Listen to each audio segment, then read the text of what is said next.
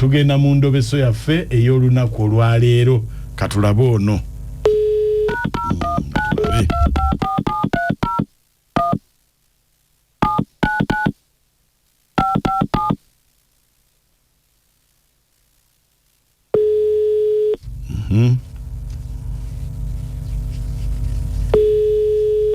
Hello?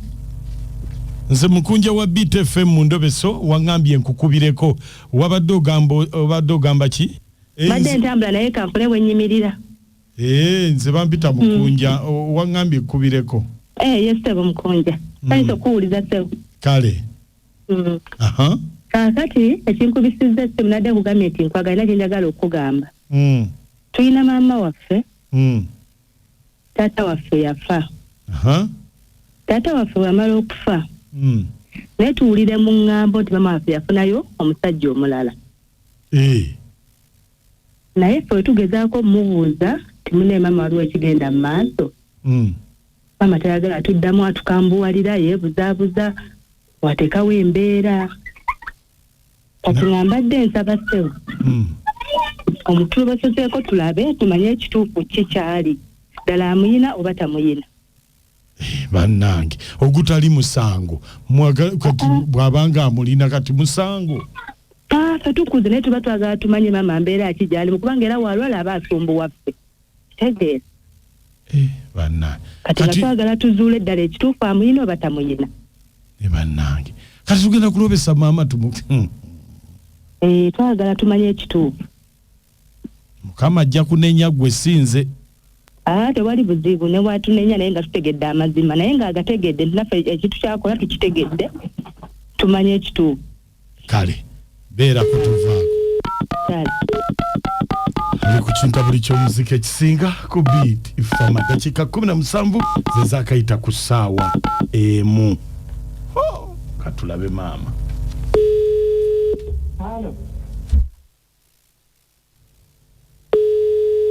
Halo. Mama. Wanji? Jebale. Halo. Ompulira mama? Nkuwulira munnange. Jebale. Kale siyo. Tusonyi okuzukusa ku makya kuno. Omulala naye bankoze. Nekanze n'obweka. Wanji? Nekanze simu y'okumakya enkanga. Kakati anti ffe tukubye kubuuza ku ssente z'abakadde zikutuukako? Ssente z'abakadde? Tofuna?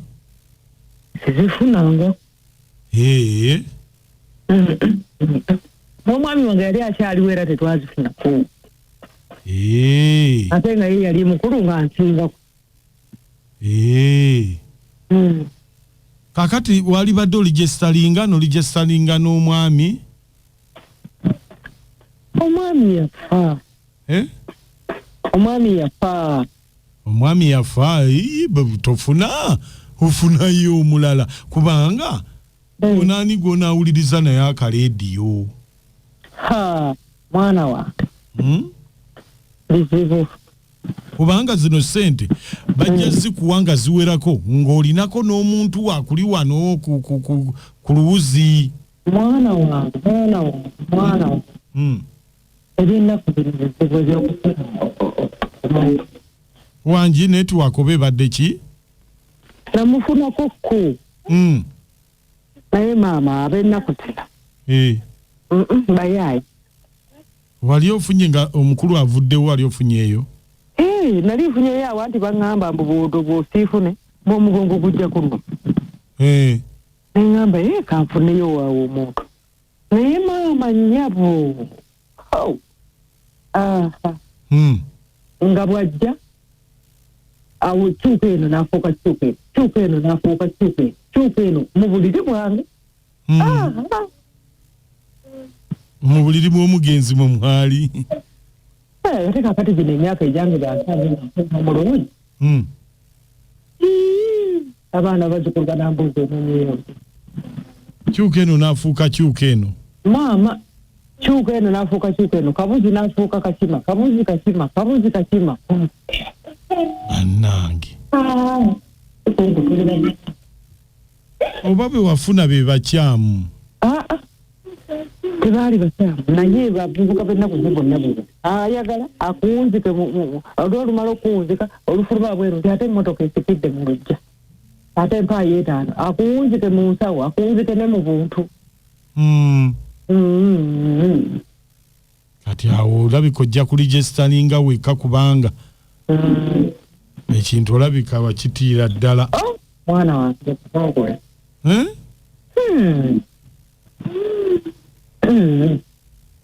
Kati tukoze tutya? Onzijukiriza nsonga ezo. Onzijukiriza nsonga ezo mwana wange. Ate olina okufuna kuzaabakadde. Esente?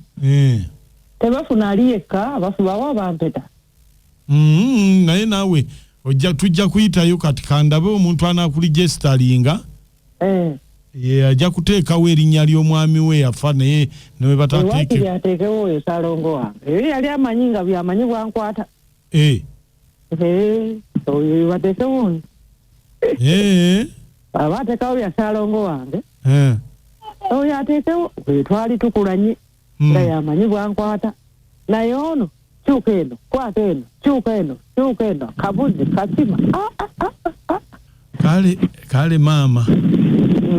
Jakuddamu kubireko.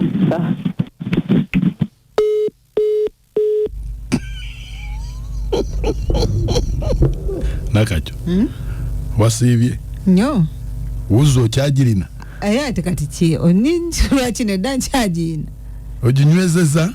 Nze munange nalabye egira nenjinyweza amatu obweddanga gadde biweddeyo ebintu byo. Biweddeyo. Kale bibadde. Kakoko maji.